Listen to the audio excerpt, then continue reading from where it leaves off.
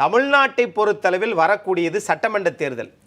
இந்த சட்டமன்ற தேர்தலில் தமிழ்நாட்டில் 2 முறை தமிழ்நாடு சட்டமன்றத்தில் சட்டம் இயற்றி அந்த சட்டத்தை உங்களால் சட்ட வடிவமாக்க கூட முடியாமல் 142 நாள் திரும்ப பெற்று அது மாண்புமிகு எதிர்க்கட்சி தலைவர் அதிமுகவின் பொதுச் செயலாளர் அதிமுகவே அதை ஆதரிச்சதுக்கு பிறகும் நீட்டு விலக்கு மசோதா உங்களால கொண்டு வர முடியல.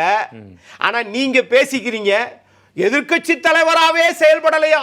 சட்டமன்றத்தில் பெரும்பான்மையை நிரூபிக்க சொல்லி நீங்க கேட்டபோது அதிமுகவினுடைய வாக்குகளையும் அந்த 11 சட்டமன்ற உறுப்பினர்களையும் திமுக பக்கம் இழுத்துக்கிட்டு அன்னைக்கே உங்க பெரும்பான்மை தோத்து போச்சா இல்லையா? வெற்றி பெற்றீங்களா? சொல்லுங்க மதிவான். ஆகவே அதாவது ஆகவே இவர்கள் சட்டையை கிழிச்சிட்டு வந்தேன்னு சொன்னா இல்ல பாத்தீங்களா? அவர் பொறுமையா அவர் கேக்குறேன். அவர் பேசும்போது நம்ம சண்டை போட்டே இருந்தா விவாதம் பண்ண முடியாது. கிடையாது, அப்படி கிடையாது. இவர் வந்து பேசுகிற போது என்ன சொல்லுங்க? ஒரு நிமிஷம் இருங்க. எது நடந்ததோ நான் சொன்னது ஃபேக்ட் தான். நான் போய் இல்ல நம்ம வந்து விவாதம் வந்து சரியான முறையில் போடுறோம். இதுவே ஜனநாயக குறைபாடு. அவர் வந்து பேசுகிற போது நான் ஒவ்வொரு முறையும் நான் பேசுகிற போது மாண்புமிகு முதலமைச்சர் என்று சொல்லுகிறேன். அவர் பேசுகிற போது எடப்பாடி பழனிசாமி என்ன எதிர்க்கட்சி தலைவர் இருந்து செஞ்சார் இதெல்லாம் பேசினால் இதுதான் திமுகவின் ஜனநாயகமா? சரி, இப்ப நீங்க பேசி முடிச்சா அவர் பேசு. நீங்க கேளுங்க. என்ன நீங்க குறுக்கிட்டு பண்ணு. அதாவது சட்டையை கிழிச்சிக்கிட்டு வந்தாருன்னு சொன்னாருல்ல, உண்மைதானே?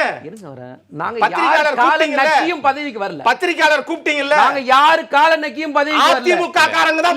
இது அவசியம் இல்லாத அவசியம் இல்லாத இதே ரெசார்ட்ல வேண்டாம். இது இங்க பாருங்க, இன்னைக்கு 2026 தேர்தலை நோக்கி நாம் பேசிக் கொண்டிருக்கிறோம். அது வந்து நமக்கு என்ன பயன் இருக்க போகுது?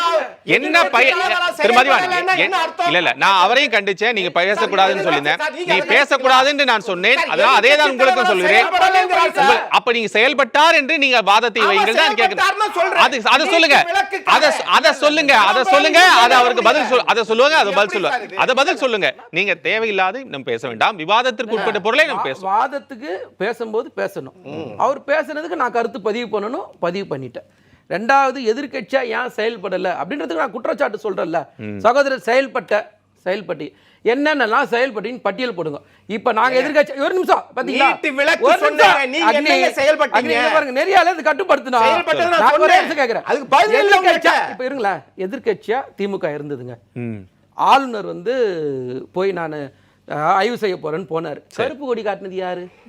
ஆளுங்கட்சி நீங்க, எதிர்கட்சி நாங்க. மாநில உரிமையில ஆளுநருக்கு என்ன வேலை? நீ போய் எதுக்கு ஆய்வு செய்யறன்னு குரல் கொடுத்தது நாங்களா? இப்ப ஏன் வெள்ளை கொடி காட்டுறீங்க? இப்ப கேட்ட கேள்விக்கு அதே மாதிரி இன்னைக்கு ஆளுநர் எங்கெங்கெல்லாம் எல்லை மீறாரோ அந்த மாதிரியான ஒரு இடத்துல நீங்க பேசுனீங்கன்னு சொல்லுங்க, நான் விவாதத்துல இருந்து எது வெளியே போயிடுறேன். நீங்க போகலவன உள்ள வைக்காதீங்க. அப்ப பதில் சொல்லுங்க. இதுதான் செயல்பாடு. பதில் எதிர்க்க ஒரு நிமிஷம், அதாவது எதிர்க்கட்சியா ஒரு கட்சி விளக்குக்கு பதில் சொல்லுங்க. இது பத்திங்களா? பதில் பத்திங்களா? எதிர்க்கட்சியான செயல்பாடு தான் நாங்க கேக்குறோம். ஒரு மாநில கட்சி எதிர்க்கட்சியா இருக்கு, என்ன செயல்பட்டீங்கன்னு உதாரணத்தை கேட்டா உதாரணம் சொல்ல காரணம் இல்லாம சம்பந்தமே இல்லாம வரக்கூடாது. ரெண்டாவது, நீங்க பேசுற திட்டங்கள் நான் சொன்னல, முதல் சுற்றுல சொன்ன சட்டங்கள்லாம் எத்தனை தேர்தலுக்கு பேசுவீங்கன்னா இது காலத்துக்கு இந்த மக்கள் கஷ்டப்பட போற திட்டங்களும் சட்டங்களும் கொண்டு வந்தது மோடி, ஆதரிச்சு ஓட்டு போட்டது எடப்பாடி. பேசாம என்ன பண்ண சொல்றீங்க? சிம்பிளா ஒரு விஷயம் கேட்குறேங்க. இது உதயமின் திட்டமும் உணவு பாதுகாப்பு மசோதாவையும் அம்மையார் எதிர்த்தாங்களா இல்லையா? யார் ஆதரிச்சது? சரி, யார் உள்ள நுழைய விட்டது? பதில் என்ன இருக்கு எடப்பாடி பழனிசாமி கிட்ட? நீங்க ஒரு பேர் சொல்லி பேசுறோம், ஒரு குற்றச்சாட்டு நேரா சொல்றோம், அதுக்கு நேரடியா பதில் சொல்லு. இந்த இடத்துல இதுக்கு எங்களுக்கு சம்பந்தம் இல்லை உங்களால் சொல்ல முடியுமான்னு கேட்கிறேன். பதில் சொல்லுங்க. அக்னீஸ்வரன் இந்த 3 குற்றச்சாட்டுக்கா எதிர்க்கட்சியா செயல்பட்டதுக்கு ஒரு பதில் உங்களை அம்மையார், நான் திரும்ப சொல்றேன், அம்மையார் எதிர்த்த திட்டங்கள் நீங்க நாங்க இல்ல அதே நீங்க சொல்லுங்க. போய் எடப்பாடி பழனிசாமி என்று ஏன் அப்படி பேசுறீங்க? என்ன பேசலாம் நீங்க சொல்லுங்க. மாண்புமிகு இல்லனா மரியாதைக்குரிய அப்படின்னு சொல்லுங்க.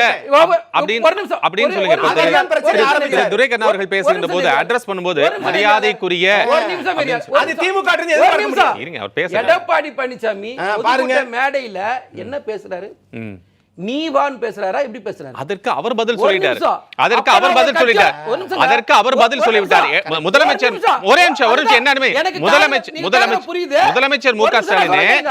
நான் ஒரு நிமிஷம். அப்புறம் ஒரு நிமிஷம் brother. நான் என்ன சொல்றேன், அக்னிஸ்வரன் கட்சியோட செய்தி தொடர்பாளர் கிடையாது.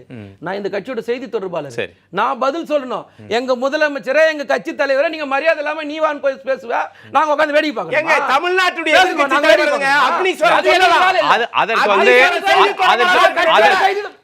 மதிவாணன் முடிவெடுக்க முடியாது. நான் ஒரு நிமிஷம். அக்னிஸ்வரனுடைய கருத்துக்கு நான் மதிவாணன் வந்து திமுக தலைவர் இல்ல. ஒரே நிமிஷம். ஒரு திமுக நிமிஷம். தலைவரா? நான் என்ன இல்ல, நம்ம சொல்றேன்? ரெண்டு பேருக்குள்ள விவாதம் முடிக்க போறது இல்ல. இன்னும் ரெண்டு பேர் இருக்கு. இல்ல நம்ம ரெண்டு இல்ல அந்த விவாதத்தை வந்து நம்ம ரெண்டு பேருக்கு முடிக்கிறது பிரச்சனை. அவருடைய நேரத்தை விடுங்க. தமிழ்நாட்டின் ஊடகத்தை பூரா கட்டுப்படுத்துறது மரியாதையா திமுக வுடைய வேலை. சரி, ஓகே ஓகே. எடப்பாடி பழனிசாமி அதிமுகவுடைய செய்தி தொடர்பாளர் பேசுறாங்க.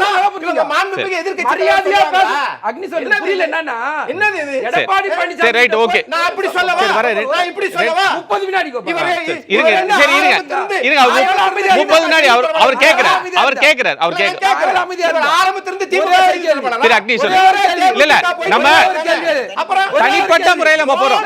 தனிப்பட்ட ரெண்டு பேரும் வந்து ரெண்டு பேரும் இல்ல இல்ல உங்க வேலையா தானே? நம்ம ரெண்டு இல்ல நான் சொல்றேன் கோபம் இல்ல ரெண்டு பேரும் வந்து தனிப்பட்ட நான் ஒரு நிமிஷம் வேற சொல்லுங்க யாருன்னு தான் கேக்குறேன். சரி அது வேண்டாம். இப்ப ரெண்டு பேரும் தனிப்பட்ட முறையில் எங்க வேணாலும் சொல்லுங்க. உங்களுடைய கருத்தை நீங்க பேசுறீங்க. உங்களுடைய கருத்தை நீங்க பேசுங்க. நான் தான் தடக்கூடாது. எடப்பாடி பழனிசாமிக்கு முட்டு குத்து பேசும்போது நான் யாருக்கு முட்டு கொடுப்பேன்? சரி ஓகே அது யாருக்கு முட்டு சரி கொடுப்பேன்? ஓகே ஓகே ஆனா நீங்க யாரும் யாருக்கும் சொல்ல யாருக்கும் சொல்ல கிடையாது. யாருக்கும் சொல்லல. அது செய்தி தொடர்பாளர். யாருக்கும் சொல்லல. அவருடைய செய்தி தொடர்பாளராக இருக்கிறார். நீங்க இல்ல அவர் இல்ல இல்ல முட்டு கொடுத்தா செய்தி இல்ல தொடர்பாளர். ஓகே. ஒரு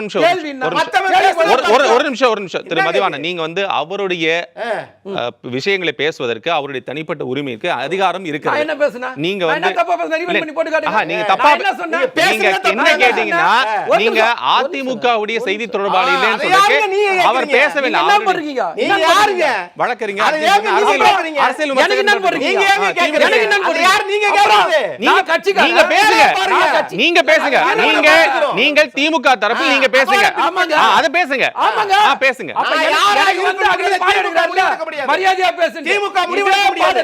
அவர் கேட்கிறார். திமுக முடிவெடுக்க முடியாது. சரி, சரி. இதே பாடத்தை எடப்பாடி பழனிசாமிக்கு எடுத்துட்டு வந்துட்டு அப்புறம் எங்களுக்கு எடுக்க சொல்லுங்க. சரி. எடப்பாடி பழனிசாமி முதல்ல மரியாதையா பேச கத்து கொடுத்துட்டு ஓகே. அப்புறம் நம்ம எங்களுக்கு விவாதமே எங்கேயோ போயிடுச்சு. நம்ம வந்து தனிப்பட்ட முறையில் நம்ம விவாதிக்கிறோம். இதுதான் திமுகவினுடைய நான் தான் தெளிவா பிரச்சாரம். சொல்றேன்ல. அப்படிதான் இருக்கும். ஒரு கட்சி செய்தி தொடர்பாளர் நம்ம பேசுறதுக்கோ, தலைப்புக்குள்ள வந்தாதான் அதிகாரம் என்ன வித்தியாசங்கள் நம்ம இருக்கு. பேசக்கூடிய விவாதம் வந்து உச்சத்துல இருந்தா அப்படிதான் நம்ம பேசுவாங்க. பேச இல்ல இல்ல நம்ம பேசக்கூடிய ஒரு நிமிஷம் ரெண்டு பேரும் அக்னீஸ்வரன் மதிவான் ப்ளீஸ் நம்ம பேசக்கூடியது தலைப்பிலே பேசி நம்ம சொல்லுங்க. நம்ம பேசக்கூடிய மக்களுக்கு ஏதாவது பயனுள்ளதாக இருக்குன்னு தான் உங்க ரெண்டு பேர்த்தையும் ரெக்வஸ்ட் பண்றேன்.